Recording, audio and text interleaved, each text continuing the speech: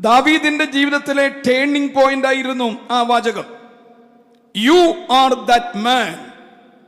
ആ മനുഷ്യൻ നീ തന്നെ. നമുക്ക് ദാവീദ് ഒരു വലിയ മാർഗദർശിയാണ്. ദാവീദിന്റെ ജീവിതം നമ്മുടെയൊക്കെ ജീവിതത്തിന്റെ ഒരു പരിച്ഛേദമാണ്. എപ്രകാരമാണ് ജീവിതത്തിൽ മാറ്റമുണ്ടാകേണ്ടുന്നത് എന്ന് സത്യത്തിൽ നമ്മെ പഠിപ്പിക്കുന്ന ഒരു ജീവിതമാണ് ദാവീദിൻ്റെത്. ഇടയച്ചെറുക്കനായി, ഇസ്രായേലിന്റെ രാജാവായി, അനുതാപത്തിന്റെ പൂർത്തിയായി ദാവീദ് മാറുകയും അതുകൊണ്ടാണ് മശിഹായുടെ പ്രപിതാമകനായി ദാവീദിന്റെ സിംഹാസനത്തെയും ദാവീദിന്റെ നാമത്തെയും ഈ വിശുദ്ധ വചനത്തിന്റെ താളുകളിൽ ക്രമീകരിച്ചിരിക്കുന്നത്. നാഥാൻ ഇങ്ങനെ പറയുവാനുള്ള പശ്ചാത്തലം ഞാൻ വ്യാഖ്യാനിക്കേണ്ട കാര്യമില്ല. കണ്ണുകൊണ്ടും ചിന്ത കൊണ്ടും സ്ഥാനം കൊണ്ടും പരാജയത്തിലേക്ക് കൂപ്പുകുത്തിയ ദാവീദിന്റെ ജീവിതത്തിന്റെ വലിയ പ്രതിസന്ധിയുടെ മധ്യേ ഇവിടെ പ്രവാചകൻ പറയുകയാണ്, യു ആർ ദാറ്റ് മാൻ. പ്രിയപ്പെട്ടവരെയും, ദാവീദ് നമുക്കും ഒരു മാർഗദർശിയായ, നമുക്കും ജീവിതത്തെ ഒരു പെരുന്നാളിലൂടെ പവിത്രമാക്കി മാറ്റുന്ന ഒരു മാർഗദർശിയായി ദാവീദ് നമ്മുടെ മുമ്പിൽ നിൽക്കുകയും ഇപ്രകാരം ഒരു പ്രസ്താവന നടത്താനുള്ള സാഹചര്യം ദാവീദ് ഊറിയാവിന്റെ ഭാര്യയായ ബത്ശേബയുമായിട്ടുള്ള ദാവീദിന്റെ അനിയന്ത്രിതവും അനാവശ്യവുമായ ബന്ധത്തിൽ നിന്ന് ഉടലെടുത്ത സംഘർഷത്തിന്റെ പരിസമാപ്തിയിലാണ് ഈ വാചകം ഉന്നയിക്കപ്പെടുന്നത്. നമ്മൾ പലപ്പോഴും അനുതപിക്കണം എന്ന് പറയുമ്പോൾ എന്തുകൊണ്ട് അനുതപിക്കണം, എന്താണ് അനുതപിക്കുവാനുള്ള സാഹചര്യം, ആ സാഹചര്യം മനസ്സിലാകുമ്പോഴാണ് യഥാർത്ഥ അനുതാപം എന്തെന്ന് നമുക്ക് തിരിച്ചറിയാൻ കഴിയുന്നത്. പൗരസ്ത്യ പിതാക്കന്മാർ സാത്താന് കൊടുക്കുന്ന ഒരു പേര് അദർശ്യനായ നുഴഞ്ഞു കയറ്റക്കാരൻ എന്നാണ്. Invisible intruder. പലപ്പോഴും നമ്മൾ അറിയാതെ പോകുന്ന ഒരാളാണ് ഇൻവിസിബിൾ ഇൻട്രൂഡർ, അദർശ്യനായ നുഴഞ്ഞു കയറ്റക്കാരൻ. പരിശുദ്ധമായ നോമ്പിന്റെ പശ്ചാത്തലത്തിൽ പൗരസ്ത്യ പിതാക്കന്മാർ അപ്പൊ കൊടുക്കുന്ന ഒരു പേരുണ്ട്, ആകൽ കറുസ. ഓക്കൽ കറുസോ എന്ന വാക്കിൽ നിന്നുമാണ് ആകൽ കറുസ എന്ന വാക്ക് വന്നിട്ടുള്ളത്. ആ വാക്കിന്റെ അർത്ഥവും നുഴഞ്ഞു കയറുക എന്നതാണ്. നമ്മൾ അല്പം പരിതസ്ഥിതികളെ അനുകൂലമാക്കിയാൽ നാം അറിയാതെ നുഴഞ്ഞു കയറുന്ന ആളാണ് സാത്താൻ. പ്രിയപ്പെട്ടവരെയും, ആ നുഴഞ്ഞു കയറ്റക്കാരനെ പ്രതിരോധിച്ച ഒരു പരിശുദ്ധന്റെ പെരുന്നാളാണിത്. നുഴഞ്ഞു കയറ്റക്കാരനെ പ്രതിരോധിച്ച ഒരു പരിശുദ്ധൻ. പക്ഷെ നമ്മൾ ഇന്ന് അദ്ദേഹത്തിന്റെ സന്നദ്ധിയിൽ നിന്ന് കാര്യസാധ്യത്തിന്റെ ആത്മീകതയല്ലാതെ, നീഡ് ഓറിയന്റഡ് സ്പിരിച്വാലിറ്റി അല്ലാതെ ഒരു റിപ്പന്റൻസ് ഓറിയന്റഡ് സ്പിരിച്വാലിറ്റി നമുക്കിന്ന് സ്വായത്തമാക്കാൻ സാധിക്കുന്നുണ്ടോ? ആവശ്യങ്ങൾ പറയരുത് എന്നല്ല, എന്നാൽ ആവശ്യങ്ങളെക്കാളും വലുതാണ് അനുതാപം. A repent oriented spirituality. അതാണ് സത്യത്തിൽ പരുമലയിൽ നിന്ന് നാം പ്രാപിക്കേണ്ടുന്നതും. അതാണ് പരുമല തിരുമേനിയുടെ സമാധിയിൽ നിന്ന് നാം സ്വാംശീകരിക്കേണ്ടുന്നതും. ഈ അദർശനായ നുഴഞ്ഞുകയറ്റക്കാരനായ സാത്താൻ ദാവീദിനെ എങ്ങനെയാണ് പരാജയപ്പെടുത്തിയത്? ദാവീദിന്റെ പരാജയങ്ങൾ നാം മനസ്സിലാക്കുമ്പോഴാണ് എവിടെയൊക്കെയാണ് നമുക്കും യഥാർത്ഥമായ തിരുത്തലുകൾ ആവശ്യമായി വരുന്നത് എന്ന് തിരിച്ചറിയുവാൻ കഴിയുന്നത്. അത് വൺ ബൈ വണ്ണായി ദാവീദിന്റെ ജീവിതത്തിലുണ്ടായ പരാജയങ്ങളെ വിശുദ്ധ വേദത്തിന്റെ അടിസ്ഥാനത്തിൽ ഒന്ന് വിശകലനം ചെയ്യുമ്പോൾ നമ്മിൽ അപ്രകാരമുള്ള പരാജയങ്ങൾ ഉണ്ടായിട്ടുണ്ട് എങ്കിൽ ഒരു തിരുത്തുവാനുള്ള അവസരമായി, ഒരു തിരുത്തൽ വേദിയായി ഈ പരിശുദ്ധന്റെ പെരുന്നാൾ മാറട്ടെ. ഒന്നാമതായി ദാവീദിന്റെ പരാജയത്തിന്റെ കാരണം 2 ശമൂവേൽ 11 അധ്യായം 1 വാക്യം.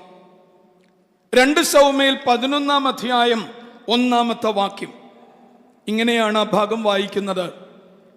പിറ്റേ ആണ്ടിൽ രാജാക്കന്മാർ യുദ്ധത്തിന് പുറപ്പെടും കാലം ദാവീദ് യോവാബിനെയും അവനോടുകൂടെ തൻ്റെ ചേവകരെയും എല്ലാ ഇസ്രായേലിനെയും അയച്ചു. അവർ അമ്മോന്യ ദേശം ശൂന്യമാക്കി രബ്ബ പട്ടണം നിരോധിച്ചു. എന്നാൽ ദാവീദോ യെരൂശലേമിൽ തന്നെ താമസിച്ചിരുന്നു. നമുക്ക് അത്ര സ്പർശനീയമായി തോന്നാത്ത ഒരു ഭാഗമാണെങ്കിലും കുറെ കാലങ്ങൾക്ക് മുമ്പ് ഒരിടയച്ചെറുക്കനായ ദാവീദ് ഇസ്രായേലും ഫെലിസ്തരും തമ്മിലുള്ള യുദ്ധം നടക്കുമ്പോൾ ഫെലിസ്തീയ മന്നനായ ഗോലിയാത്തിന് മുമ്പിൽ തനിക്ക് പ്രത്യേകിച്ച് ഒരു നിയോഗമൊന്നും ഉണ്ടാകാതിരുന്നിട്ടുകൂടി ഗോലിയാത്തിന് മുമ്പിൽ യുദ്ധം ചെയ്ത വ്യക്തിത്വമാണ് ദാവീദിൻ്റെത്. പക്ഷെ ഇവിടെ പറയുന്നു, രാജാക്കന്മാർ യുദ്ധത്തിന് പോയപ്പോൾ, യുദ്ധത്തിന് പോകുന്ന സമയം ദാവീദ് യോവാബിനെയും തൻ്റെ എല്ലാ പടനായകന്മാരെയും ഇസ്രായേലിനെയും യുദ്ധത്തിന് വിട്ടു. ദാവീദോ യെരൂശലേമിൽ തന്നെ താമസിച്ചിരുന്നു. പ്രിയപ്പെട്ടവരെ, എന്താണ് ആ പ്രശ്നം? ദാവീദിന്റെ പരാജയത്തിന്റെ ഒന്നാമത്തെ കാരണം നിരുത്തരവാദിത്വം അഥവാ ഇറസ്പോൺസിബിലിറ്റി. സാത്താൻ നമ്മിലേക്ക് ഒളിഞ്ഞു കയറുവാൻ ശ്രമിക്കുന്ന ഒന്നാമത്തെ ഒരു തന്ത്രം ഇതാണ്. ഉത്തരവാദിത്വ ബോധത്തിൽ നിന്ന് നമ്മെ അകറ്റിക്കളയും. ഉത്തരവാദിത്തങ്ങളിൽ നിന്ന് നമ്മെ അകറ്റുന്നതാണ് സാത്താന്റെ പ്രലോഭനത്തിന്റെ ഒന്നാമത്തെ തലം. ഏദനിൽ പൂർവപിതാവായ ആദം പരാജയപ്പെട്ടത് തൻ്റെ ഉത്തരവാദിത്വത്തിൽ നിന്ന് മാറി നിൽക്കുവാനുള്ള സാത്താന്റെ പ്രലോഭനത്തിന്റെ മുമ്പിൽ തോറ്റുപോയി എന്നതാണ്. നമ്മൾ സൺഡേ സ്കൂളിൽ പഠിച്ചിട്ടുണ്ട്. ആദാമിന്റെ പാപം എന്താ? സൺഡേ സ്കൂളിൽ പഠിച്ചത് എന്താ? അനുസരണക്കേട്. സെമിനാരിയിലും ഞങ്ങൾ പഠിക്കുന്നത് അനുസരണക്കേടാണ്, disobedience. That is a first sin. പക്ഷെ അതാണോ സത്യത്തിൽ ആദത്തിന്റെ പാപം? എന്തായിരുന്നു ആദത്തിന്റെ നിയോഗം? ഏദൻ തോട്ടം കാക്കുവാനും ഏദൻ തോട്ടം സൂക്ഷിക്കുവാനും അതിനെ പരിപാലിക്കുവാനും. മനുഷ്യനും പ്രകൃതിയും മൃഗങ്ങളും തമ്മിലുള്ള ഒരു വലിയ ബന്ധമായിരുന്നു ഏദനിൽ ഉണ്ടായിരുന്നത്. പക്ഷേ എന്താണ് സാത്താന്റെ പ്രലോഭനം? ഇങ്ങനെയാണ് വിശുദ്ധ വചനം പറയുന്നത്, ഫലം അവൾ പറിച്ചു കഴിച്ചു, അവനും കൊടുത്തു. സത്യത്തിൽ ഒരു പാരസ്പരികതയുടെ ഇടമാണ് ഏദൻ. ഞാൻ പറയുന്നതിൽ തെറ്റിദ്ധരിക്കരുത്. ആ പഴം കൂടെയുള്ള ജീവജാലങ്ങൾക്ക് കൂടെ പങ്കുവച്ചിരുന്നെങ്കിൽ അത്ര വലിയ പാപം ഉണ്ടാകുവാൻ സാധ്യതയില്ല. പങ്കുവെക്കലിന്റെ ഇടമായി ഏദൻ ഒരു സ്വാശ്രയ ചലനത്തിന്റെ ഇടമായി സാത്താൻ മാറ്റി. ഞാനും എൻ്റെ ഭാര്യയും ഞങ്ങൾ മാത്രമുള്ള ഒരിടമായി. സത്യത്തിൽ അത് നമ്മുടെ ഇടമായിരുന്നു. അതായിരുന്നു ദൈവത്തിൻ്റെ ഉദ്ദേശം. സാത്താന്റെ പ്രലോഭനം നോക്കുക പ്രിയപ്പെട്ടവരെ. നമ്മുടെ ഇടമായതിനെ ഞങ്ങളുടെ ഇടമാക്കി തീർക്കുന്നതാണ് സാത്താന്റെ പ്രലോഭനം. അവിടെയാണ് ആദം പരാജയപ്പെട്ടത്. സാത്താൻ എപ്പോഴും നമുക്ക് തരുന്ന ഒരു പ്രലോഭനമാണ് ഉത്തരവാദിത്തത്തിൽ നിന്ന് നമ്മെ അകറ്റുക എന്നത്. മലങ്കരയുടെ പുണ്യവാനായ കോട്ടയം ഭദ്രാസനത്തിന്റെ പിതാവായിരുന്ന, എല്ലാ ചൊവ്വാഴ്ചകളിലും പരിമല തിരുമേനിയുടെ സന്നദ്ധിയിൽ വിശുദ്ധ കുർബാന ചൊല്ലിയിരുന്ന ഒരു പിതാവ് നമുക്കുണ്ടായിരുന്നു. ഗീവർഗീസ് മാർ ഇവാനിയോസ് എന്ന പേരിലുള്ള പരിശുദ്ധനായി പ്രഖ്യാപിക്കപ്പെട്ടില്ലെങ്കിലും പരിശുദ്ധനായ മഹാമനീഷിയായ ഒരു പിതാവ്. അദ്ദേഹം ഇങ്ങനെയാ പറയുന്നത്: സാത്താൻ പ്രാർത്ഥിക്കണ്ട എന്ന് പറയില്ല. പ്രാർത്ഥിക്കണ്ട എന്ന് പറഞ്ഞാൽ നമ്മൾ പ്രാർത്ഥിക്കും. പക്ഷെ സാത്താൻ പറയുന്നത് ഇപ്പോൾ പ്രാർത്ഥിക്കണ്ട, ഇത്രയും പ്രാർത്ഥിക്കണ്ട. ആ ഒരു പ്രലോഭനം നമുക്കുണ്ടായിട്ടുണ്ട്, എനിക്കുണ്ടായിട്ടുണ്ട്. നിങ്ങൾക്കുണ്ടാകാതിരിക്കുന്നതിൽ നിങ്ങളുടെ മുഖം കാണുമ്പോൾ ഉണ്ടായിട്ടില്ല എന്നതല്ല എനിക്കും മനസ്സിലാക്കാൻ കഴിയുന്നത്. അപ്രകാരമുള്ള പ്രലോഭനം ഉണ്ടായിട്ടുണ്ട്. ഇപ്പോൾ പ്രാർത്ഥിക്കണ്ട, ഇത്രയും പ്രാർത്ഥിക്കണ്ട. ഉത്തരവാദിത്വത്തിൽ നിന്ന് അകറ്റുന്ന തന്ത്രം അത് സാത്താന്റെ പ്രലോഭനത്തിന്റെ തന്ത്രമാണ്. രാജാക്കന്മാർ യുദ്ധത്തിന് പോകുന്ന ആ സമയം ദാവീദോ യെരുസലേമിൽ താമസിച്ചിരുന്നു. ശ്രദ്ധിക്കണം പ്രിയപ്പെട്ടവരെ, authority can be delegated, responsibility cannot. Authority can be delegated but responsibility cannot. സ്ഥാനം നമുക്ക് വേണമെങ്കിൽ പങ്കുവെക്കാം, ഉത്തരവാദിത്വം പങ്കുവെക്കാൻ കഴിയില്ല. പക്ഷെ കാലത്തിന്റെ പ്രതിസന്ധി എന്താ? ആർക്കും സ്ഥാനം പങ്കുവെക്കുവാൻ ഇഷ്ടമില്ല. പക്ഷെ ഉത്തരവാദിത്വം പങ്കുവെച്ച് ആരും ഉത്തരവാദികളല്ലാത്ത ഒരവസ്ഥയിലേക്ക് നമ്മുടെ കാലഘട്ടം മാറുകയാണ്.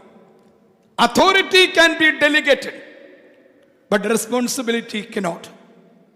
ദാവീദ് തൻ്റെ ഉത്തരവാദിത്വ ബോധത്തിൽ നിന്ന് മാറി നിൽക്കുകയാണ്.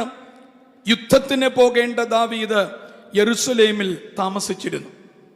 നിരുത്തരവാദിത്വം അത് വളരെയേറെ തെറ്റുകളിലേക്ക് നമ്മെ നയിക്കും. ഉത്തരവാദിത്വ ബോധം കാണിച്ചില്ല എങ്കിൽ അത് തെറ്റുകളിലേക്ക് കൊണ്ടുപോകുന്നു എന്നത് ഒരു യാഥാർത്ഥ്യമായ അവസ്ഥയാണ്. സ്നേഹം നിറഞ്ഞവരെ, പല കാര്യങ്ങളിൽ വ്യാപൃതരാകുന്നതിലല്ല, ചെയ്യേണ്ട കാര്യങ്ങൾ ഉത്തരവാദിത്വത്തോടെ പൂർത്തീകരിക്കുന്നതാണ് യഥാർത്ഥ ദൈവീക ഭാവം. നമ്മുടെ കാലഘട്ടത്തിലൊക്കെ ചിലർക്ക് എത്ര സ്ഥാനം കിട്ടിയാലും മതിയാകില്ല. അത് സഭയിലാണെങ്കിലും സമൂഹത്തിലാണെങ്കിലും അവരുടെ പേരിന്റെ അടിയിൽ സ്ഥാനങ്ങളുടെ എണ്ണം കൂടുകയാണ്. പക്ഷെ ഏതെങ്കിലും ഒരു സ്ഥാനത്തോട് കർത്തവ്യനിരതനായി പ്രതികരിക്കുവാനും പ്രവർത്തിക്കുവാനും ഇടയായിട്ടുണ്ടോ? അങ്ങനെയുള്ളവർ സ്ഥാനമോഹികൾ വരുമ്പോ സ്ഥാനത്തിന് ഒരലങ്കാരമാകാതെ സ്ഥാനം ഒരലങ്കാരമായി തീരും. സ്ഥാനത്തിന് അലങ്കാരമാകാതെ സ്ഥാനമൊരു അലങ്കാരമായി മാറും. ജ്ഞാനിയായ ശലോമോൻ ഉത്തമഗീത പുസ്തകം 1-ാം അധ്യായം 6-ാമത്തെ വാക്യത്തിന്റെ 2-ാമത്തെ ഭാഗത്ത് ഇങ്ങനെയാണ് ഓർമ്മപ്പെടുത്തുന്നത്: എൻ്റെ അമ്മയുടെ പുത്രന്മാർ എന്നോട് കോപിച്ചു, എന്നെ മുന്തിരിത്തോട്ടങ്ങൾക്ക് കാവലാക്കി, എൻ്റെ സ്വന്തം മുന്തിരിത്തോട്ടം കാത്തിട്ടില്ലതാനും. അനേകം മുന്തിരിത്തോട്ടങ്ങൾക്ക് കാവൽ നിന്നയാൾ പറയുക, ഞാൻ അനേകം മുന്തിരിത്തോട്ടങ്ങൾക്ക് കാവൽ നിന്നു, പക്ഷേ എൻ്റെ മുന്തിരിത്തോട്ടം ഞാൻ കാത്തിട്ടില്ല. ഉത്തരവാദിത്വ ബോധം നമുക്ക് ഏറ്റെടുക്കാം. ഉത്തരവാദിത്വമാണ് പ്രിയപ്പെട്ടവരെ ആത്മീകതയുടെ ആദ്യ തലം. മുടിയൻ പുത്രൻ എന്ന് നമ്മൾ പേര് കൊടുക്കുന്ന ധൂർത്തപുത്രന്റെ കഥയിലും അവൻ അവകാശബോധമുണ്ട്, ഉത്തരവാദിത്വ ബോധം നഷ്ടപ്പെട്ടു. എന്താ അവൻ അവകാശിക്കുന്നത്? എനിക്കുള്ള പോർഷൻ തരിക, എനിക്കുള്ള വസ്തു തരിക. അവകാശബോധം നല്ലത് തന്നെയാണ്. പക്ഷേ അവകാശബോധത്തോടൊപ്പം എന്തു വേണം? ഉത്തരവാദിത്വ ബോധം വേണം. എല്ലാ മിഡിൽ ഈസ്റ്റേൺ പാരമ്പര്യങ്ങളിലും, നിങ്ങളുടെയൊക്കെ നാട്ടിലും എൻ്റെ നാട്ടിലും ഇളയ മകൻ്റെ ഉത്തരവാദിത്വമാണ് അപ്പനെയും അമ്മയും നോക്കുക എന്നത്. പലരും തലേ കൈവച്ച് പറഞ്ഞിട്ടുണ്ട്, എനിക്ക് കുടുംബത്തിലാണെങ്കിൽ കല്യാണം വേണ്ട, കാരണം കുറച്ചുനാൾ കഴിയുമ്പോൾ ഔട്ട്ഡേറ്റഡ് ആയ ചിലതിനെ നോക്കണം. അതുകൊണ്ട് പല ആളുകളും തലേ കൈവച്ച് പറഞ്ഞിട്ടുണ്ട്, ഞാൻ ആരെ വേണമെങ്കിലും കെട്ടിക്കോളാം, പക്ഷേ കുടുംബമുള്ളവനെ കെട്ടാൻ വയ്യ.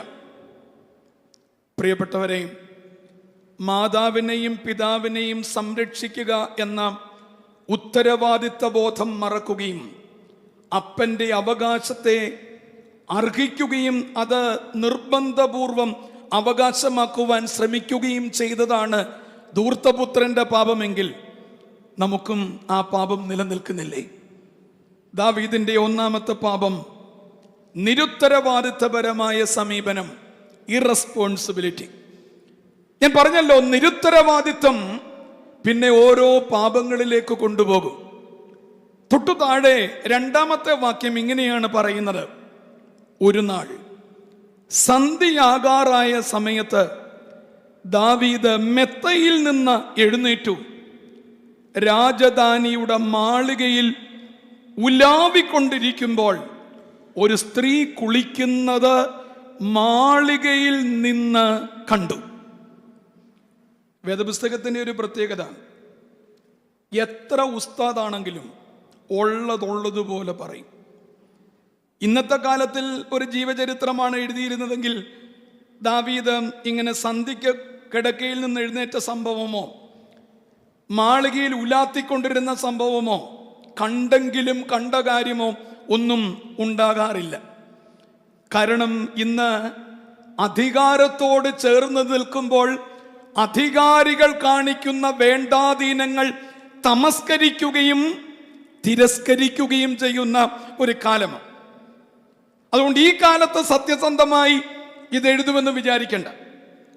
പക്ഷെ വേദപുസ്തകം സത്യസന്ധമായി കാര്യങ്ങളെ കൈകാര്യം ചെയ്യുന്ന പുസ്തകമാണ്. അതുകൊണ്ടാണ് മറ്റൊരു പുസ്തകത്തിനും ഇല്ലാത്തതുപോലെ ഇതിന് ഒരു ആർട്ടിക്കിൾ കൊടുത്തിട്ടുള്ളത്, ദി ബൈബിൾ എന്നത്. ലോകത്തിൽ ഒരു മതഗ്രന്ഥത്തിനും ഒരു പ്രാമാണിക ഗ്രന്ഥത്തിനും ദി എന്ന ആർട്ടിക്കിൾ ഇല്ല. ഇത് ദി ബൈബിൾ. കാരണം ഒന്നിനെയും ഡിഡക്റ്റ് ചെയ്തിട്ടില്ല, ഒന്നിനെയും ആഡ് ചെയ്തിട്ടുമില്ല. സത്യം സത്യമായി രേഖപ്പെടുത്തിയ പുസ്തകം. എന്താണ് പ്രിയപ്പെട്ടവരെ സംഭവിച്ചത്? ദാവീദ് ഒരു നാൾ, ആ നാളിൻ്റെ പശ്ചാത്തലമാണ് ഞാൻ പറഞ്ഞത്, രാജാക്കന്മാർ യുദ്ധത്തിന് പോകുന്ന സമയത്ത് അതിന് നേതൃത്വം കൊടുക്കേണ്ട ദാവീദ് നിരുത്തരവാദിത്വപരമായി യെരുശലേമിൽ താമസിച്ച ആ നാളുകളിൽ ഒരു ദിവസം എന്താണ് സംഭവിച്ചത്? സന്ധ്യ ആകാറായ സമയത്ത് മെത്തയിൽ നിന്ന് എഴുന്നേറ്റു. മലയാളികളെല്ലാം പറയുന്നൊരു കാര്യമാണ്, സന്ധ്യയ്ക്ക് ഉറങ്ങരുത്. ഇപ്പോൾ കുഞ്ഞുങ്ങളോട് അങ്ങനെ പറയുമോ എന്നെനിക്കറിയത്തില്ല. കാരണം ഇന്ന് മലയാളി മനസ്സിനെ ബാധിച്ചിരിക്കുന്ന ഒരു സൈക്കോളജിക്കൽ ഡിസോർഡറാണ് സ്ലീപ്പിംഗ് ഡിസോർഡർ. പഠിക്കുന്ന കുഞ്ഞുങ്ങൾക്കൊക്കെ അറിയാം, നിങ്ങൾ നഴ്സിങ്ങിന് പഠിക്കുന്നവരാണ്, മെഡിക്കൽ പഠിക്കുന്നവരാണ് എന്നെനിക്കറിയാം. സ്ലീപ്പിംഗ് ഡിസോർഡർ, വൈദ്യശാസ്ത്രം പറയുകയാണ്, 2 മാനസിക തകർച്ച ഇന്ന് നമ്മുടെ സമൂഹത്തെ ബാധിച്ചിരിക്കുന്നു. ഒന്ന് ഇൻസോംനിയ, 2 സെമിസോംനിയ. ഇൻസോംനിയ എന്ന് വെച്ചാൽ ഉറങ്ങേണ്ട സമയത്ത് ഉണർന്നിരിക്കുക, ഉണർന്നിരിക്കേണ്ട സമയത്ത് ഉറങ്ങുക. ഇപ്പോഴത്തെ കുഞ്ഞുങ്ങൾ എപ്പോഴാണ് ഉറങ്ങുന്നത് എന്നെനിക്കറിയില്ല. കഴിഞ്ഞൊരു ദിവസം ഒരു വല്യമ്മച്ചി എൻ്റെ അടുക്കൽ വന്ന് ചോദിച്ചു, അച്ഛാ, എൻ്റെ കൊച്ചുമോടെ മുറിയിൽ മെത്തയ്ക്കകത്ത് അവള് പുതച്ചിരിക്കുന്ന പുതപ്പിനകത്ത് ഒരു വെളിച്ചം. അതിൻ്റെ 2 ആഴ്ച മുമ്പ് വികാരി അച്ഛൻ പള്ളി പറഞ്ഞു, വിശുദ്ധന്മാരുടെ തലയ്ക്ക് ചുറ്റും ഒരു പ്രകാശമുണ്ട്. ഇപ്പോൾ പരമരത്തിനുവിനുടെ മുഖത്തോട്ട് നോക്കിയാൽ കാണാം, വിശുദ്ധന്മാരുടെ തലയ്ക്ക് ചുറ്റും എന്തുണ്ട്? Nimbus, halo. അതുകൊണ്ട് അമ്മച്ചിയുടെ സംശയം ഇതാണ്, എൻ്റെ കൊച്ചു മറിയമായോ? ഞാൻ പറഞ്ഞു, പൊന്നമ്മച്ചി, മറിമായമാകരുത്, അതുകൊണ്ട് സൂക്ഷിച്ചോ. ഇടയ്ക്കെങ്കിലും ഈ പുതപ്പ് പൊക്കിയൊന്ന് നോക്കണം, അതിനകത്ത് വെളിച്ചത്തിൻ്റെ സോഴ്സ് എന്താണെന്ന് കണ്ടുപിടിക്കാൻ. Sleeping disorders. നമ്മുടെയൊക്കെ പുണ്യവാന്മാരായ പാട്ടുകാരും വിശുദ്ധന്മാരായ മനുഷ്യരുമൊക്കെ എത്ര ദീർഘവീക്ഷണമുള്ളതാ അല്ലേ? അതിരാവിലെ തിരുസന്നതി എന്ന പാട്ടെഴുതിയ ആ ഭക്തനായി കവി പാടുന്നുണ്ട്, മൃഗജാലങ്ങൾ ഉറങ്ങിയിടുന്ന സമയത്ത്, ഉണർന്നിടുന്ന സമയത്ത് നീ കിടന്നു. മൃഗജാലങ്ങൾ ഉണർന്നിടുന്ന സമയത്താണ് ഇന്ന് പലരും കിടക്കുന്നത്. Sleeping disorder. പ്രിയപ്പെട്ടവരെ, ദാവീദ് സന്ധിക്ക് എവിടെ നിന്ന് എഴുന്നേറ്റു? കിടക്കയിൽ നിന്ന് എഴുന്നേറ്റു. മുഴുവൻ ഡിസോർഡർ ആകുകയാണ്. ഉത്തരവാദിത്ത ബോധം നഷ്ടപ്പെട്ടാൽ അവിടെ ജീവിതത്തിൽ ക്രമക്കേടുകൾ ഉണ്ടാകും എന്നത് മറന്നു കളയരുത്. സന്ധിക്ക് തൻ്റെ ദൗത്യം ചെയ്യേണ്ട ദാവീദ് കിടക്കയിൽ നിന്ന് എഴുന്നേൽക്കുന്നു എന്ന് പറഞ്ഞാൽ ആ സന്ധ്യ അയാൾ സുഖലോലുപതയുടെ, ആഡംബരത്തിൻ്റെ, അലസതയുടെ, സമയക്രമീകരണമില്ലായ്മയുടെ അവസ്ഥയായി തൻ്റെ ജീവിതം മാറ്റുകയാണ്. രണ്ടാമതായിട്ട് എന്താ പറയുന്നേ? അങ്ങനെ സന്ധ്യയാകാറായ സമയത്ത് മെത്തയിൽ നിന്ന് എഴുന്നേറ്റ് രാജധാനിയുടെ മാളികയിൽ ഉലാത്തിക്കൊണ്ടിരിക്കുമ്പോൾ, ഉലാത്തുക എന്നത് നല്ല വാക്കു തന്നെയാണ്. പക്ഷെ ഈ ഉലാത്തുക എന്ന വാക്കിന്റെ പശ്ചാത്തലം എന്താ? ഉത്തരവാദിത്തം ഉണ്ടാകുമ്പോൾ ഉലാത്താൻ ഒക്കുമോ? ഇല്ല. ആ നടപ്പ് ഉത്തരവാദിത്തങ്ങളെ ഏറ്റെടുക്കുന്ന നടപ്പാണ്. തനിക്കൊരു ദൗത്യം ഉണ്ടാകുമ്പോൾ, പരീക്ഷയുടെ തൊട്ട് തലേ ദിവസങ്ങളിലൊക്കെ നിങ്ങൾ ലാവിഷായിട്ട് നടക്കുമോ? നെവർ, ഒക്കത്തില്ല. ചില എക്സെപ്ഷണലായിട്ടുള്ള ചില വ്യക്തിത്വങ്ങൾ കാണും. സാധാരണപ്പെട്ടവർക്ക് ഒക്കത്തില്ല. കാരണം പരീക്ഷയെക്കുറിച്ചുള്ള ചിന്ത. ഇപ്പം നമ്മൾ നാളെ ലേക്ക് ഷോറിൽ അല്ലെങ്കിൽ പരുമലയിൽ ക്യാൻസർ പരിശോധനയ്ക്ക് പോവുക, നമ്മൾ സന്ധിക്ക് ഉലാത്തിക്കൊണ്ടിരിക്കുവോ? ഇല്ല, സാധിക്കില്ല. പക്ഷെ ഇവിടെ ദാവീദ് എന്താ ചെയ്തത്? അദ്ദേഹം ഉലാത്തിക്കൊണ്ടിരിക്കുമ്പോൾ, പ്രിയപ്പെട്ടവരെ, ആ പ്രശ്നത്തിൻ്റെ പേര് ഡെറിലിക്ഷൻ ഓഫ് ഡ്യൂട്ടി എന്ന് പറയും. ഡെറിലിക്ഷൻ ഓഫ് ഡ്യൂട്ടി. അതിന് മലയാളം പറയുമ്പോഴാണ് മനസ്സിലാകുന്നത് കർത്തവ്യ ബോധക്ഷയം. കർത്തവ്യ ബോധക്ഷയം നിങ്ങൾക്കുണ്ടായിട്ടുണ്ടോ? കർത്തവ്യ ബോധക്ഷയം, ഡെറിലിക്ഷൻ ഓഫ് ഡ്യൂട്ടി. ആംഗലേയ ഭാഷയിൽ ഡെറിലിക്ഷൻ എന്ന് പറയുമ്പോൾ ഒരു കാര്യം ചെയ്യുവാൻ മനസ്സ് കാണിക്കാത്തതിനെയല്ല, ആ കാര്യം ചെയ്യുവാൻ അനേകം പ്രോസസ്സിലൂടെ ഒരു വ്യക്തിയെ ആക്കി തീർക്കുമ്പോൾ അയാൾ ആ ദൗത്യം ചെയ്യാതിരിക്കുന്നതിനെയാണ് എന്തെന്ന് പറയുന്നത്? ഡെറിലിക്ഷൻ ഓഫ് ഡ്യൂട്ടി, കർത്തവ്യ ബോധക്ഷയം. അദ്ദേഹത്തിനൊരു സബ്സ്റ്റിറ്റ്യൂട്ട് ഉണ്ടെങ്കിൽ അത് ഡെറിലിക്ഷൻ അല്ല. മറ്റൊരാൾ ആ സ്ഥാനത്ത് നിന്ന് ഉത്തരവാദിത്ത ബോധത്തോടെ ചെയ്യുമെങ്കിൽ അതിൽ പ്രശ്നമില്ല. പക്ഷേ ആ മനുഷ്യൻ തന്നെയാണ് അത് ചെയ്യേണ്ടുന്നത്. അതിനുവേണ്ടിയാണ് അദ്ദേഹത്തെ നിയോഗിച്ചിരിക്കുന്നത്. ഈ ഒരു ബോധ്യം നമ്മുടെ ജീവിതത്തിൽ പലപ്പോഴും നഷ്ടപ്പെടുന്നുണ്ട്. കർത്തവ്യബോധക്ഷയം. ഞാൻ ചെയ്യേണ്ട കാര്യം മറ്റൊരാൾക്ക് ചെയ്യുവാൻ കഴിയാത്ത വിധത്തിൽ എന്നെ ചില സ്ഥാനങ്ങളിലേക്ക് നിയോഗിച്ചിരിക്കുന്നതിനോട് വിമുഖത കാണിക്കുന്ന അവസ്ഥ. ഇതാണ് ദാവീദിന് പറ്റിയത്. അപ്പോൾ എന്താണ് സംഭവിച്ചത്? അയാൾ മാളികയിൽ നിന്ന്, ശ്രദ്ധിക്കണം കേട്ടോ, മാളികയിൽ നിന്ന്, എ ഹയർ പ്ലേസ്, ആ ഉയർന്ന സ്ഥലത്ത് നിന്ന് അയാൾ എന്ത് കാണുന്നു? ഒരു സ്ത്രീ കുളിക്കുന്നത് കാണുന്നു. കുളിക്കുന്നത് കണ്ടതല്ല അവിടുത്തെ പ്രശ്നം, അതും തെറ്റാണെങ്കിലും എവിടെ നിന്ന് കണ്ടു? മാളികയിൽ നിന്ന് കണ്ടു. ഇത് വളരെ പ്രധാനപ്പെട്ട ഒരു കാര്യമാണ്. പൗരസ്ത്യ പിതാക്കന്മാർ പാപത്തെക്കുറിച്ച് പറയുമ്പോൾ, പോപ്പ് ഷെന്യൂഡയെ കുറിച്ചുള്ള കോപ്റ്റിക് സഭയുടെ പിതാക്കന്മാർ പാപത്തെക്കുറിച്ച് പറയുമ്പോൾ അവർ സൂക്ഷിക്കാൻ പറയുന്ന ഒരു കാര്യമാണ്, ഉയരുന്തോറും സൂക്ഷിക്കണം, കാരണം കാഴ്ച വിശാലവും വീഴ്ച പ്രതിസന്ധിയുള്ളതും ആയിരിക്കും.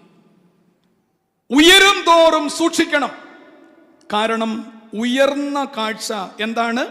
വിശാലമാണ്. ഉയരത്തിൽ നിന്ന് വീണാലോ അതിലും ഭയാനകമായ വേദനാജനകമായ അവസ്ഥയാണ്. ഉയർച്ചകൾ അത് നല്ല കാഴ്ചകളുടെ സ്ഥലങ്ങളായി മാറണം.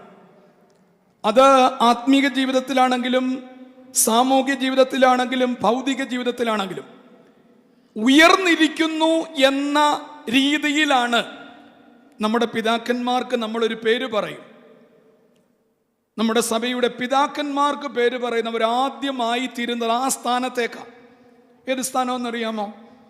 ആ സ്ഥാനത്തിൻ്റെ പേരാണ് എപ്പിസ്കോപ്പ്. കേട്ടിട്ടുണ്ടോ? നമ്മൾ 1 തുക്തേനിൽ പറയും, സകല എപ്പിസ്കോപ്പന്മാർക്ക് വേണ്ടിയും ഞങ്ങൾ പ്രാർത്ഥിക്കുന്നു. എന്താ എപ്പിസ്കോപ്പ് എന്ന വാക്കിന്റെ അർത്ഥം എന്താ? പിന്നെ ഇനി അതിൻ്റെ അർത്ഥം കൂടെ പറഞ്ഞാലേ പ്രസംഗം പോകത്തുള്ളൂ. What is episcope? ടെലസ്കോപ്പിന്റെ ഓപ്പോസിറ്റാണ് എപ്പിസ്കോപ്പ്. ടെലസ്കോപ്പിന്റെ ഓപ്പോസിറ്റാണ് എപ്പിസ്കോപ്പ്. ടെലസ്കോപ്പ് എന്തിനാ ഉപയോഗിക്കുന്നത്? എല്ലാവരും BSc നഴ്സിംഗിനൊക്കെ അല്ലേ പഠിക്കണേ? എന്നാ പറ, ടെലസ്കോപ്പ് എന്തിനാ ഉപയോഗിക്കുന്നേ?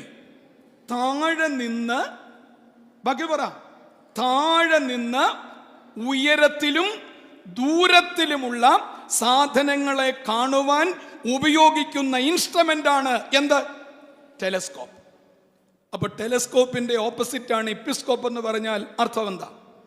ഉയരത്തിൽ നിന്ന് താഴെയുള്ളതിനെ കാണുവാൻ വേണ്ടി ഉപയോഗിക്കുക. അതാണ് എന്ത്? എപ്പിസ്കോപ്പ്.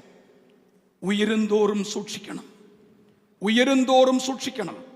കാരണം കാഴ്ച വിശാലവും വീഴ്ച ഭീതിജനകവുമാകും എന്നത് മറക്കരുത്. രണ്ടാമതായി ദാവീദിന്റെ പ്രതിസന്ധി ഇതാണ്. എന്ത്? ഡെറിലിക്ഷൻ ഓഫ് ഡ്യൂട്ടി, കർത്തവ്യ ബോധക്ഷയം. All are responsible for everything, I even more. All are responsible for everything, I even more. അങ്ങനെ ചിന്തിച്ച ഒരു പരിശുദ്ധനാണ്, ഒരു പിതാവാണ് പരിശുദ്ധനായി മാറി ഇവിടെ സമാധി കൊള്ളുന്നത്. എല്ലാവർക്കും ഉത്തരവാദിത്വമുണ്ട്. എനിക്ക് എല്ലാവരെക്കാളും ഉത്തരവാദിത്വമുണ്ട്. ഈ അവബോധം നമുക്ക് ചിലപ്പോഴൊക്കെ നഷ്ടപ്പെടുന്നുണ്ട്. 1 നിരുത്തരവാദിത്വമാണെങ്കിൽ, 2 കർത്തവ്യബോധക്ഷയം. മൂന്നാമതായിട്ട് എന്താണ് കാണുന്നത്? അയാൾ ദൂരെ നിൽക്കുന്ന ബർശബയെ കാണുകയാണ്.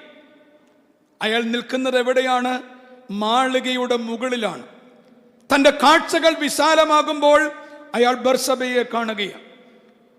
2 ശമൂവേൽ 11 അധ്യായം 3 വാക്യത്തിൽ ഇങ്ങനെയാണ് പറയുന്നത്: ആളയച്ച് വരുത്തി അവളെ ശയിച്ചു. അയച്ചു, വരുത്തി, ശയിച്ചു. അധികാര ദുർവിനിയോഗം ചെയ്യുന്ന രാജാവായി ദാവീദ് മാറുകയാണ്. അധികാര ദുർവിനിയോഗം. അധികാരം എന്ന് വെച്ചാൽ എന്തുവാ? അധികാരം വടി, മുടി, അതൊക്കെയാണോ അധികാരം? What you mean by power, authority? എന്തോ അധികാരം? ആ വാക്കിന്റെ അർത്ഥം എന്താ? അധികാരം എന്ന വാക്കിന്റെ അർത്ഥം നമുക്ക് അധികാരം അറിയാം. 15-16 കാർ എസ്കോർട്ട്, പോലീസ് നിൽക്കുന്നു, തള്ളുന്നു, ഇടിക്കുന്നു, അതൊക്കെ അധികാരത്തിന്റെ ലക്ഷണമായി ഇന്ന് കാണുന്നത്. സത്യത്തിൽ എന്താ അധികാരം? അധികാരം എന്നാൽ ധികാരം ഇല്ലാത്ത അവസ്ഥയുടെ പേരാണ് എന്ത്? അധികാരം. ധികാരമില്ലാത്ത അവസ്ഥ.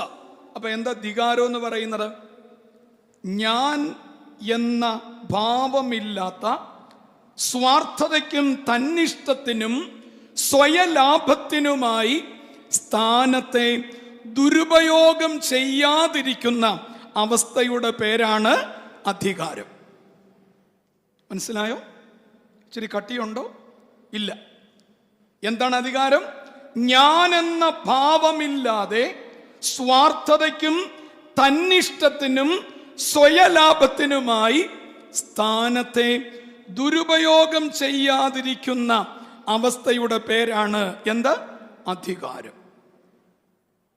നിങ്ങളുടെ മനസ്സിലുണ്ടാകുന്ന സംശയം എനിക്ക് മനസ്സിലാകുന്നുണ്ട്. അച്ഛാ, ഇതിൻ്റെ ജസ്റ്റ് ഓപ്പോസിറ്റ് ആണല്ലോ ഇന്ന് അധികാരത്തിൻ്റെ ദുഷ്പ്രയോഗം. അതാണ് ദാവീദ് ചെയ്തത്. ഗ്ലോറി ആൻഡ് അതോറിറ്റി, സ്ഥാനവും മഹത്വവും, ഇത് അധികാരത്തിൻ്റെ ദുഷ്പ്രയോഗമാണ്. പ്രിയപ്പെട്ടവരെ, നമ്മുടെ സഭയിൽ ജീവിച്ചിരുന്നൊരു പിതാവ്, നിങ്ങൾ കേട്ടിട്ടുണ്ടാകാം അദ്ദേഹത്തിൻ്റെ പേര്. ലോകം മുഴുവൻ അറിയപ്പെട്ട ജ്ഞാനത്തിൻ്റെ കേദാരമായ പൗലോസ് മാർ ഗ്രിഗോറിയോസ് തിരുമേനി. അദ്ദേഹം മെത്രാപ്പോലിത്തയായി ഡൽഹിയിൽ അദ്ദേഹത്തിൻ്റെ സുന്ത്രോണീസോ നടക്കുകയാണ്. ആ സുന്ത്രോണീസോയിൽ പൊതുസമ്മേളനത്തിൽ ഇന്ത്യയുടെ അനേകം നേതാക്കന്മാർ ഇരിപ്പുണ്ട്. അന്ന് അദ്ദേഹത്തിൻ്റെ പ്രസംഗം ഇതായിരുന്നു: ഗ്ലോറി ആൻഡ്, ബാക്കി പറയാമോ? Not authority, glory and burden. Glory and burden. നമ്മൾ സാധാരണ പറയുന്നത് ഗ്ലോറി ആൻഡ് അതോറിറ്റിയാണ്. എന്നാൽ ഗ്ലോറിയുടെ കൂടെ ചേരുന്നത് അതോറിറ്റി അല്ല, പിന്നെ ബർഡൻ. ബർഡൻ എന്ന് വെച്ചാൽ എന്താ? ഭാരം. സ്ഥാനം കൂടുന്തോറും ഭാരം കൂടുന്ന അവസ്ഥ. ആളിൻ്റെ ഭാരം അല്ല, ഉത്തരവാദിത്തത്തിൻ്റെ ഭാരം. ഇടുന്ന വസ്ത്രത്തിൻ്റെ ഭാരമല്ല, പിടിക്കുന്ന വടിയുടെ ഭാരമല്ല, ഏറ്റെടുക്കുന്ന നിയോഗത്തിൻ്റെ ഭാരം. പ്രിയപ്പെട്ടവരെ, ഗ്ലോറി ആൻഡ് അതോറിറ്റി എന്നത് സാത്താൻ വാഗ്ദാനം ചെയ്യുമ്പോൾ യഥാർത്ഥ ഭാവം എന്ന് പറയുന്നത് ഗ്ലോറി ആൻഡ് ബർഡൻ. എനിക്ക് സ്ഥാനം കിട്ടുമ്പോൾ ആ സ്ഥാനത്തിന് അനുയോജ്യമായ ഒരു ഭാരം എൻ്റെ മേലുണ്ടാവുകയാണ്. കേരളത്തിൻ്റെ തെക്കൻ പ്രദേശങ്ങളിലെ മുഴുവൻ ഭദ്രാസനങ്ങളുടെയും ഇടയനായി ഭദ്രാസനത്തെ മേയിച്ച് നയിച്ച പിതാവാണ് പരുമല മാർ ഗ്രിഗോറിയോസ്. കാരണം ഏറ്റെടുത്ത സ്ഥാനം അതൊരു ഭാരമായി തൻ്റെ ഉള്ളിൽ അദ്ദേഹം വഹിച്ചു എന്നതാണ്. പ്രവാചകന്മാരെ പറയുന്ന പേര് മസ എന്നാണ്. അതുകൊണ്ടാണ് മലാഖി പ്രവചനം ആരംഭിക്കുന്നത് പ്രവാചകം എന്ന വാക്കിനോടാണ്. അത് എബ്രായ ഭാഷയിൽ മസ എന്നാണ് പറയുന്നത്. ആ വാക്കിൻ്റെ അർത്ഥം നുകം എന്നാണ്. നിങ്ങൾക്കറിയാമോ? സെമിനാരി പഠിക്കുന്ന എൻ്റെ സഹോദരങ്ങൾക്കറിയാം. മറ്റെല്ലാവർക്കും അതറിയാമോ എന്ന് എനിക്കറിയില്ല. നമ്മുടെ വിവാഹ കൂദാശയുടെ പേരെന്തെന്നറിയാമോ? അച്ഛൻ തന്നെ പേര് പറഞ്ഞിട്ട് ചോദിക്കുക, വിവാഹ കൂദാശയുടെ പേരെന്താണെന്ന്. വിവാഹ കൂദാശയുടെ പേര് തെശുമിശുത്തോദ് സുവോഗോ എന്നാണ്. നമ്മുടെ കൂദാശക്രമത്തിൽ വലതുഭാഗത്ത് മലയാളവും ഇടതുഭാഗത്ത് സുറിയാനിയുമുണ്ട്. മനുഷ്യന് മനസ്സിലാകുന്നില്ല എങ്കിലും ചില കൊയറുകാർ സുറിയാനിയെ പാടത്തുള്ളൂ. അത് ചിലപ്പോൾ ഈ താള് കൂടുതൽ കിട്ടാൻ വേണ്ടി ആയിരിക്കാം. പോട്ടെ, സുറിയാനി പാടുന്നതിൽ തെറ്റൊന്നുമില്ല, പക്ഷെ അർത്ഥം അറിയണം. വലതുഭാഗത്ത് വിവാഹ കൂദാശക്രമം, ഇടതുഭാഗത്ത് മേളിൽ എഴുതിയിരിക്കുന്നത് സായ് വാ ഗോമൽ ആലോ ഓലഫ്. എന്താണ് ആ വാക്കിന്റെ അർത്ഥം? സുവോഗോ. സുവോഗോ എന്ന വാക്കിന്റെ അർത്ഥം നുകം എന്നാണ്. നുകം.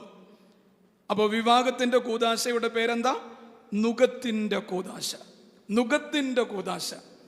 വിവാഹം കഴിയുമ്പോൾ മണവാളന്റെയും മണവാട്ടിയുടെയും ശിരസിൽ ഒരു നുകം വെച്ചു കൊടുക്കുകയാണ്. പ്രിയപ്പെട്ട സിസ്റ്ററിന്റെ തലയിലിട്ടിരിക്കുന്ന വെയിൽ അത് നുകത്തിന്റെ വെയിലാണ്. അഭിമന്യരായ പിതാക്കന്മാരുടെ തലയിലുള്ള മെസനപ്സ അത് നുകത്തിന്റെ മെസനപ്സയാ.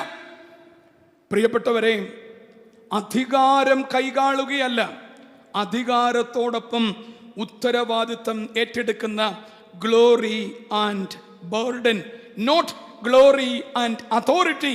അത് സാത്താന്റെ പ്രലോഭനത്തിന്റെ വാഗ്ദാനമാണ്. ഇവിടെ ദാവീദ് എന്താ ചെയ്തത്? അധികാര ദുഷ്പ്രയോഗം നടത്തുകയാണ്. ഒന്ന്, നിരുത്തരവാദിത്വം.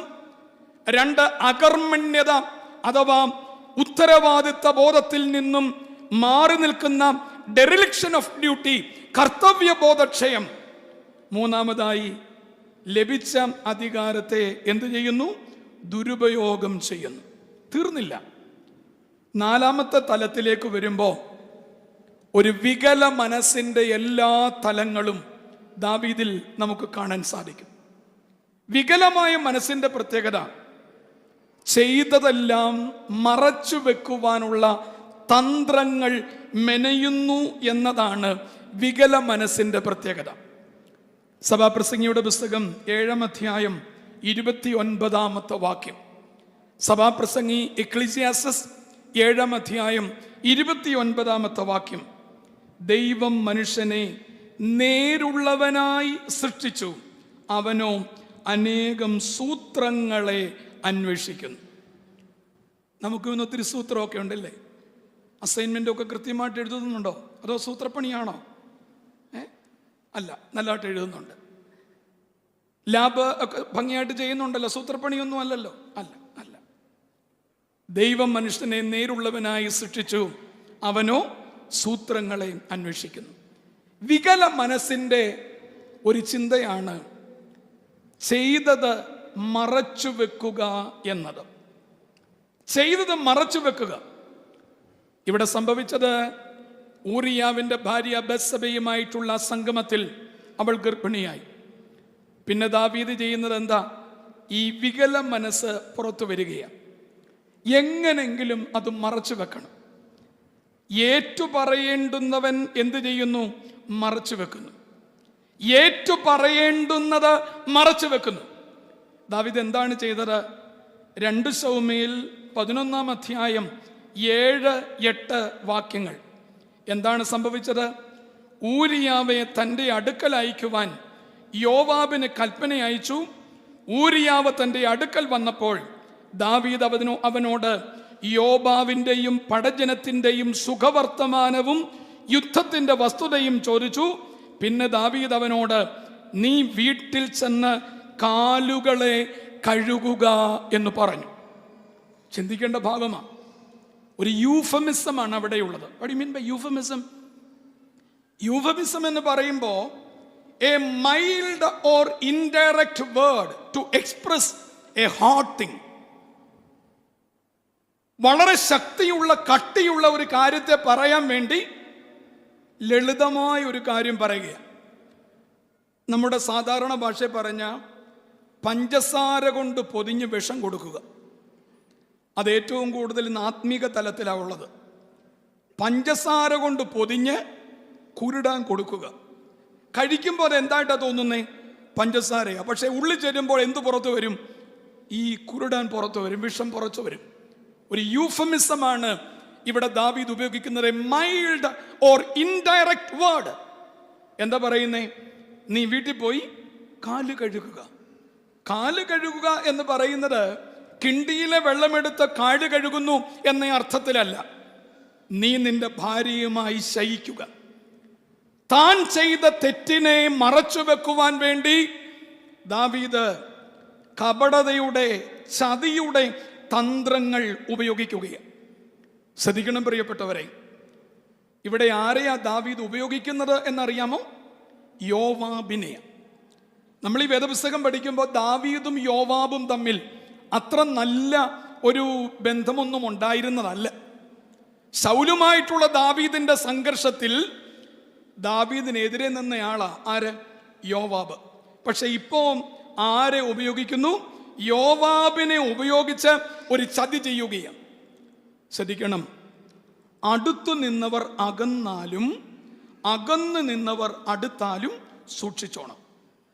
അടുത്തു നിന്നവർ അകന്നാലും അകന്ന് നിന്നവർ അടുത്താലും സൂക്ഷിച്ചോണം.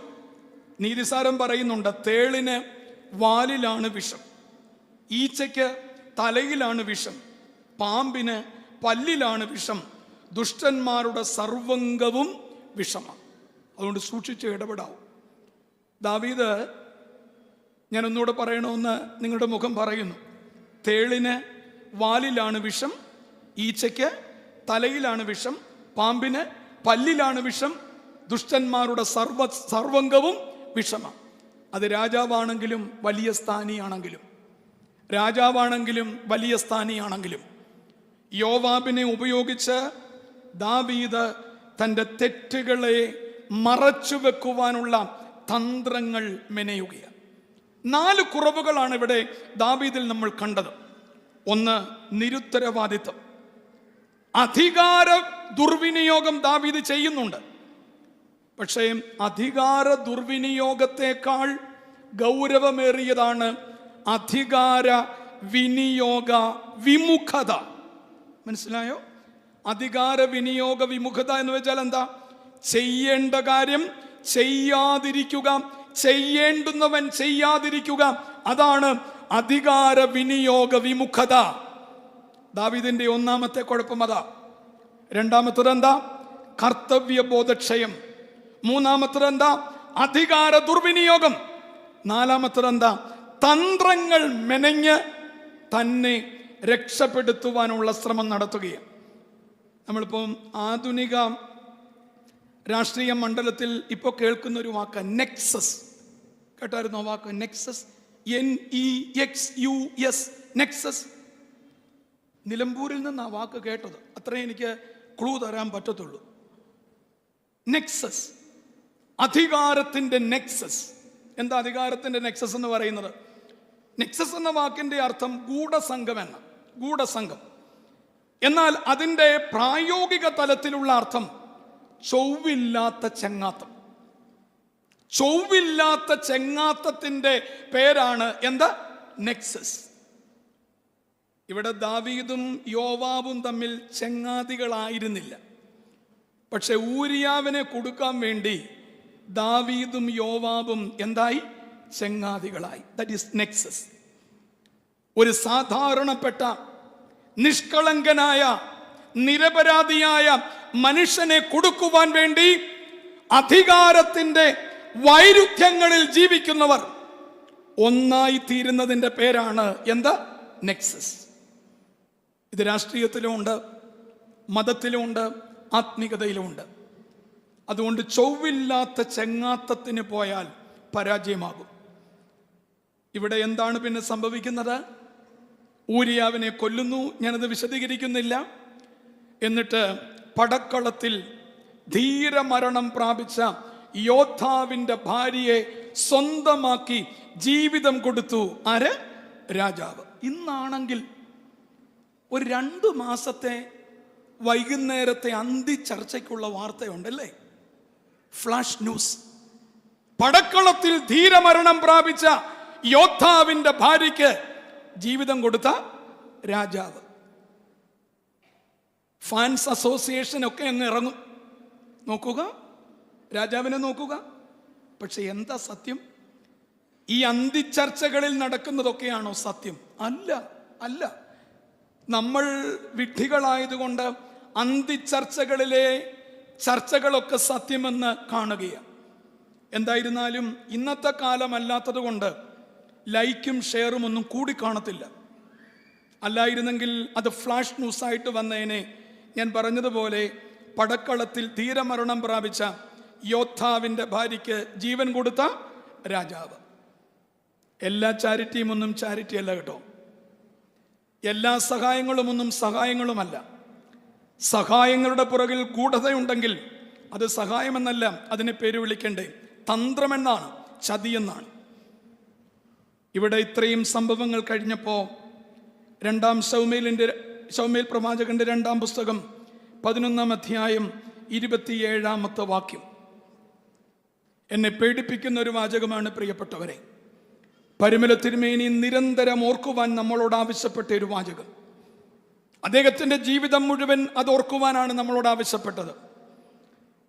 തൻ്റെ തന്ത്രങ്ങൾ, കുതന്ത്രങ്ങൾ കൊണ്ട് തൻ്റെ പേര് സംരക്ഷിക്കുവാൻ ആർക്ക് സാധിച്ചു?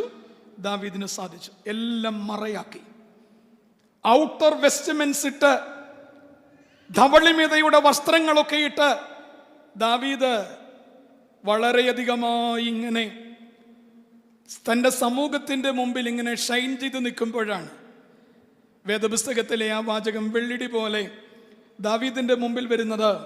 എന്നാൽ ദാവീദ് ചെയ്തത് യഹോവയ്ക്ക് അനിഷ്ടമായിരുന്നു.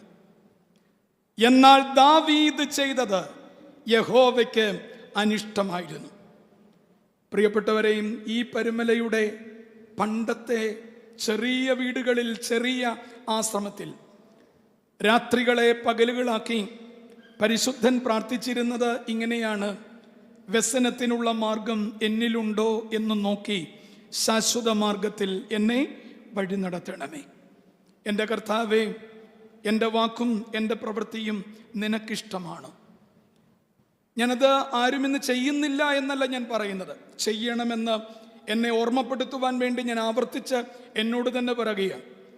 പെരുന്നാളിൻ്റെ ഈ പ്രഹേളികളല്ല നമ്മെ ദൈവികനാക്കുന്നത്. പെരുന്നാളിൻ്റെ അനുതാപമാണ് നമ്മെ വിശുദ്ധനാക്കി തീർക്കുന്നത്. എന്നാൽ ദാവീദ് ചെയ്തത് ദൈവത്തിന് അനിഷ്ടമായിരുന്നു. പൗലോസ്ലീഹ 2 കൊരിന്ത്യർ ലേഖനം 4 അധ്യായം 4 വാക്യത്തിൽ ഇങ്ങനെയാണ് ഓർമ്മപ്പെടുത്തുന്നത്: എനിക്ക് യാതൊരു കുറ്റത്തെക്കുറിച്ചും ബോധമില്ലെങ്കിലും അതിനാൽ ഞാൻ നീതിമാൻ എന്ന് വരികയില്ല, എന്നെ വിധിക്കുന്നത് കർത്താവ് ആകുന്നു. കർത്താവിൻ്റെ കരങ്ങളിൽ നമ്മെ വിധിക്കുവാൻ ഏൽപ്പിച്ചു കൊടുക്കണം. പ്രിയപ്പെട്ടവരെ, ഇപ്പോൾ ദാവീദിൻ്റെ മുമ്പിലേക്ക് നാഥാൻ വരികയാണ്. നാഥാൻ പറഞ്ഞ കഥയുടെ അവസാനമാണ് നാഥാൻ പറയുന്നത്, ആ മനുഷ്യൻ നീയാണ്. ദാവീദ് എന്താണ് പറയുന്നത്? കുറ്റബോധത്തിൻ്റെയും പാപബോധത്തിൻ്റെയും ഏറ്റുപറച്ചിലിൻ്റെയും വക്താവായി ദാവീദ് മാറുകയാണ്. ജോൺ ക്രിസോസ്റ്റം എന്ന് പറയുന്ന പിതാവിനെ നിങ്ങൾക്കറിയാം. സ്വർണ്ണ നാമ്പുകാരനായ മൊറിവാനിയോസ് അധികം ചില കിടക്കകളെ കുറിച്ച് പറയുന്നുണ്ട്. ധനവാന്റെയും ലാസറിൻ്റെയും ഉപമയെക്കുറിച്ചുള്ള അദ്ദേഹത്തിൻ്റെ 7 ദിവസം നീണ്ട പ്രസംഗത്തിലാണ് ചില കിടക്കകളെ കുറിച്ച് പറയുന്നത്. ധനവാൻ കിടന്ന കിടക്ക. ധനവാന്റെ ലാസറിനെ കഥാച്ചൻ പറയണോ? വേണ്ട, സമയം പോകും. എൽദോസച്ചൻ എഴുന്നേറ്റ് വരും, എന്നോട് പറയും പ്രസംഗം നിർത്താൻ പറയും. വേണ്ട, എനിക്ക് മാക്സിമം സമയം ഉപയോഗിക്കണം. ധനവാന്റെ ലാസറിനെ കഥ ഞാൻ പറയണ്ട. ധനവാൻ കിടന്ന കിടക്കയാണ് ആദ്യം ജോൺ ക്രിസോസ്റ്റം പറയുന്ന കിടക്ക. ധനവാൻ കിടന്ന കിടക്ക. ആ കിടക്ക ദാവീദിന്റെ കിടക്കയായിരുന്നു. ദാവീദ് എവിടെയാണ് ആദ്യം കിടന്നത്? സന്ധ്യയായ സമയത്ത് മെത്തയിൽ നിന്ന് ആഡംബരത്തിൻ്റെയും അലസതയുടെയും സുഖലോലുപതയുടെയും കിടക്ക.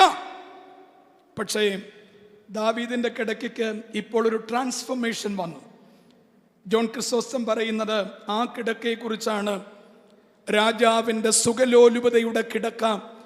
ആ കിടക്കയ്ക്ക് ഇപ്പോൾ വന്ന മാറ്റം 63-ാം സങ്കീർത്തനം 5-ാമത്തെ വാക്യം: എൻ്റെ കിടക്കയിൽ ഞാൻ നിന്നെ ഓർക്കുകയും രാത്രിയാമങ്ങളിൽ നിന്നെ ധ്യാനിക്കുകയും ചെയ്യുന്നു. ശ്രദ്ധിക്കുക പ്രിയപ്പെട്ടവരെ, സന്ധിക്ക് കിടന്ന സുഖലോലുപതയുടെ, ആഡംബരത്തിൻ്റെ, നിരുത്തരവാദിത്വത്തിൻ്റെ, കർത്തവ്യബോധക്ഷയത്തിൻ്റെ കിടക്ക ദാവീദ് ഇപ്പോൾ ട്രാൻസ്ഫോം ചെയ്തു. അതെന്തായിട്ട് മാറി? കണ്ണുനീരിൻ്റെ കിടക്ക. 6-ാം സങ്കീർത്തനം 6-ാം വാക്യം: എൻ്റെ ഞരക്കം കൊണ്ട് ഞാൻ തകർന്നിരിക്കുന്നു, രാത്രി മുഴുവനും എൻ്റെ കിടക്കയെ ഒഴുക്കുന്നു, കണ്ണുനീർ കൊണ്ട് എൻ്റെ കട്ടിലിനെ നനയ്ക്കുന്നു. ഇതാ അപ്പുറത്തൊരു കിടക്കയുണ്ട്, കണ്ടിട്ടുണ്ടോ? ഉണ്ട്. എന്തിനവിടെ പോയെ? എന്തിനവിടെ പോയെ? ഇപ്പോഴും ആളുകളുണ്ട് അവിടെ. എന്തിനവിടെ പോകുന്നേ? എൻ്റെ പൊന്നച്ച, ഷോർട്ട് കട്ടായിട്ട് എന്തെങ്കിലും അനുഗ്രഹം കിട്ടണമെങ്കിൽ ആ കിടക്കയുടെ അടുത്ത് പോയാൽ മതി, അല്ലേ? ഞാൻ ഒരിക്കലും അതിനെ നിരുത്സാഹപ്പെടുത്തുകയല്ല അവിടെ പ്രിയപ്പെട്ടവരെ. ഒരിക്കലും അതിനെ ഡീമെറിറ്റ് ചെയ്യുകയല്ല. ഒരിക്കലും നമ്മുടെ ആഗ്രഹങ്ങളെ ആ കിടക്കയുടെ അടുത്ത് നിന്ന് പറയരുത് എന്ന് പറയുകയല്ല. പക്ഷേ അത് കണ്ണുനീരിൻ്റെ കിടക്കയാണെന്ന് ഓർത്തോണം. അത് കണ്ണുനീരിൻ്റെ കിടക്കയാണ്. പരുമലയുടെയും അഴിപ്പുരയിൽ കണ്ണുനീർ കൊണ്ട് നനച്ച കിടക്കയാത്. ആ കിടക്കയ്ക്കരികിൽ നിൽക്കുമ്പോൾ ആവശ്യങ്ങളൊക്കെ പറഞ്ഞു, പക്ഷേ അനുതാപത്തിൻ്റെ 2 തുള്ളി കണ്ണുനീരെങ്കിലും അവിടെ വീണില്ല എങ്കിൽ ആ കിടക്ക തന്നെ നമ്മെ ശപിക്കും. അനുതാപത്തിൻ്റെ 2 തുള്ളി കണ്ണുനീർ അത് കരച്ചിലിൻ്റെ കിടക്കയാണ്. ദാവീദ് സുഖലോലുപതയുടെ കിടക്കയെ കണ്ണുനീരിൻ്റെ കിടക്കയാക്കി മാറ്റി. ജോൺ ക്രിസോസ്റ്റം പറയുകയാണ്, സ്വർണ്ണനാവുകാരനായ യുവോനിയസ് പറയുകയാണ്, ദാവീദ് കിടന്നത് ദണ്ണക്കിടക്കയിൽ, ദന്തത്തിന്റെ കിടക്കയിലാണെങ്കിൽ ആ കിടക്ക ഇപ്പോൾ കണ്ണുനീരിൻ്റെ കിടക്കയായി മാറുകയാണ്. അനുതാപത്തിൻ്റെ കിടക്കയായി മാറുകയാണ്. ആ കിടക്കയിൽ ദാവീദ് കുറ്റബോധത്തോടെ, അനുതാപത്തോടെ ദൈവസന്നദ്ധിയിൽ ഏറ്റുപറയുകയാണ് തൻ്റെ കുറവുകൾ, തൻ്റെ പാപങ്ങൾ. എന്താണ് പാപം? ഇന്നത്തെ കാലത്ത് പാപമെന്ന വാക്ക് പറയരുത് എന്നാണ് ന്യൂജൻ സ്പിരിച്വാലിറ്റി പോലും പറയുന്നത്. Don't use that time sin. പാപമെന്ന വാക്ക് പറയരുത്. എന്താണ് പാപം? ശമശന്മാർക്കറിയാം, പാപത്തിൻ്റെ ഗ്രീക്ക് വാക്ക് ഹമാർട്ടിയ എന്നതാണ്. സെമിനാറിൽ ചെല്ലുമ്പോൾ ആദ്യം സുറിയാനിയും ഗ്രീക്കും അക്ഷരവും വാക്കും ഒക്കെ പഠിക്കും. ആദ്യം പഠിക്കുന്നതിൽ ഒരു വാക്കാണ് ഹമാർട്ടിയ. What is ഹമാർട്ടിയ? ഹമാർട്ടിയ എന്ന വാക്കിൻ്റെ അർത്ഥം missing the mark. Missing the mark. ഞാൻ ഏറെ വ്യാഖ്യാനിക്കേണ്ട ആവശ്യമില്ല. നമുക്കെല്ലാവർക്കും ഒരു മാർക്കുണ്ട്. നമ്മുടെ മുമ്പിൽ ഒരു വരയുണ്ട്. തലവരയല്ല, മുമ്പിൽ നിയന്ത്രണത്തിൻ്റെ ഒരു വരയുണ്ട്. എല്ലാ കാര്യങ്ങളിലും ഒരു നിയന്ത്രണത്തിൻ്റെ വര. ആ വര അതിലംഘിക്കുന്നതിൻ്റെ പേരാണ് എന്ത്? പാപം. ക്ഷമിക്കണം പറയുന്നത്, നിങ്ങളുടെ മുമ്പിലുള്ള വരയുടെ അതിനേക്കാൾ കട്ടി ഞങ്ങളുടെ മുമ്പിലെ വരയ്ക്കുണ്ട്. ഞങ്ങളുടെ മുമ്പിലെ വരയുടെ കട്ടിയേക്കാൾ കൂടുതൽ വിഡ്ത്, ഡെപ്ത് അതിനു മുമ്പിലുള്ളവരുടെ, അതിനു മുകളിലുള്ളവരുടെ വരയിലുണ്ട്. അതുകൊണ്ട് സിൻ ഈസ് ഓൾവേസ് റിലേറ്റീവ്. പാപം ആപേക്ഷികമാണ്. അത് സ്ഥാനത്തിനും മാനത്തിനും അനുസരിച്ച് പാപം മാറി മാറി വരും. പാപബോധം എന്നാൽ എൻ്റെ മാർക്ക് ഞാൻ മിസ് ചെയ്തല്ലോ എന്നതിൻ്റെ ആ കുറ്റബോധമാണ് പാപം. പ്രിയപ്പെട്ടവരെ, ആ കുറ്റബോധത്തിൽ നിന്ന് ദാവീദ് എഴുതിയ സങ്കീർത്തനമാണ് 51-ാം സങ്കീർത്തനം. കണ്ണുനീരിൻ്റെ കിടക്കയിൽ കിടന്ന് ദാവീദ് എഴുതിയ സങ്കീർത്തനം. നമ്മൾ ദാവീദിൻ്റെ 4 പരാജയത്തിൻ്റെ കാരണങ്ങൾ പഠിച്ചു. അദ്ദേഹത്തിൽ നമ്മളിൽ ഉള്ളതും ദാവീദിലില്ലാത്തതുമായ 2 കാര്യങ്ങളേ ഉള്ളൂ. 1 ജസ്റ്റിഫിക്കേഷൻ, നീതീകരണം. 2 ജനറലൈസേഷൻ എന്ന് വെച്ചാൽ സാഹചര്യ നീതീകരണം. 1 സ്വയം നീതീകരണം, 2 സാഹചര്യത്തിൻ്റെ നീതീകരണം. സ്വയനീതീകരണം നമുക്കറിയാം, സെൽഫ് ജസ്റ്റിഫിക്കേഷൻ. എപ്പോഴും ഏതിനും ന്യായങ്ങളുണ്ട്. ഏതിനും ന്യായങ്ങളുള്ളതിൻ്റെ പേരാണ് ജസ്റ്റിഫിക്കേഷൻ. ജനറലൈസേഷൻ എന്ന് വെച്ചാൽ എന്താ? സാഹചര്യത്തിൻ്റെ നീതീകരണം. സാഹചര്യം അങ്ങനെ നമ്മളെ അതിലേക്ക് കൊണ്ടുപോയി എന്ന് പറയുന്ന അവസ്ഥ. എന്നാൽ യഥാർത്ഥ ആത്മതപനമുണ്ടാകുമ്പോൾ, പാപബോധമുണ്ടാകുമ്പോൾ, നമുക്ക് പറ്റിയ പരാജയത്തിൻ്റെ കാരണം എന്തെന്നുള്ള ബോധമുണ്ടാകുമ്പോൾ നമുക്ക് യാഥാർത്ഥ്യത്തിലുള്ള അനുതാപത്തിലേക്ക്, പരിശുദ്ധിയിലേക്ക് വളരുവാൻ സാധിക്കും. The only failure in our life is our failure to learn from our failures. മനസ്സിലായോ? The only failure in our life is our failure to learn from our failures. നമ്മുടെ പരാജയങ്ങളിൽ നിന്ന് ഇന്നുവരെയും പാഠം പഠിച്ചിട്ടില്ല എന്നതാണ് നമ്മുടെ ഏറ്റവും വലിയ പരാജയം. ദാവീദ് കരയുകയാണ്, കണ്ണുനീരുകൊണ്ട് പ്രവാചകന്റെയും ദൈവത്തിൻ്റെയും പാദത്തെ അഭിഷേകം ചെയ്യുകയാണ്. എനിക്ക് തെറ്റുപറ്റി എന്ന് ദാവീദ് പറയുകയാണ്.